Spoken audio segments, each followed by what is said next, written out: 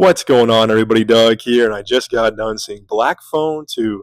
As someone who's a pretty big fan of the first Black Phone, I kept thinking when this was announced, I'm like, do we really need a Black Phone 2? As a fan of it, I was kind of like, yeah, the first one was pretty good for its own movie, like, kind of just like, let's have one singular story. But, I had faith in Scott Derrickson, of course.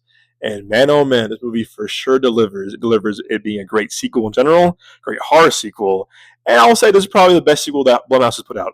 Scott Derrickson once again proves he's a master horror filmmaker. He knows his genre so well. The way the themes of how he explores themes of kind of trauma and intensity and pain and nightmares. He definitely explores the whole mythology of who the grabber is and their backstory and kind of just the lore of it all. And again, speaking of the grabber, Ethan Hawke is still creepy as hell. I thought he would creep me out in the last one, but man, in this you see a whole new side of the grabber and how just like ruthless and how just like um, bombastic he is as a villain, as an entity at this point. And man, it's really cool to see how they kind of explored his mythology. Again, a lot of cool twists and turns, a lot of reveals where he came from and XYZ. But yeah, he scared the hell out of me. And everyone across the board is great in this movie. But I'll tell you what, though, Madeline McGraw, who played Gwen, steals this movie. She is so good. She's a movie star, and you feel for her character because of all the pain she has to go through, both awake and during her nightmares. And just seeing her, the intensity of it all, she steals the movie. She's a star.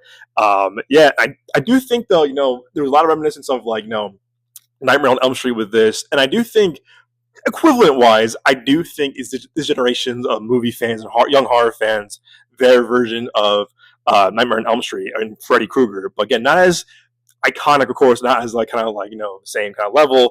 But I do feel like I think young filmmakers, but also a lot of young moviegoers and horror fans will kind of see this as their Nightmare on Elm Street. But yeah, as you're a fan of the first one, you're having a great time with this one. Have a bloody good time with this one. It's intense, it's grotesque, but man, it's a ton of fun the movie. See it with the crowd. We got for my full review on our YouTube page and our podcast feed. As always, guys, we'll see you all at the movies.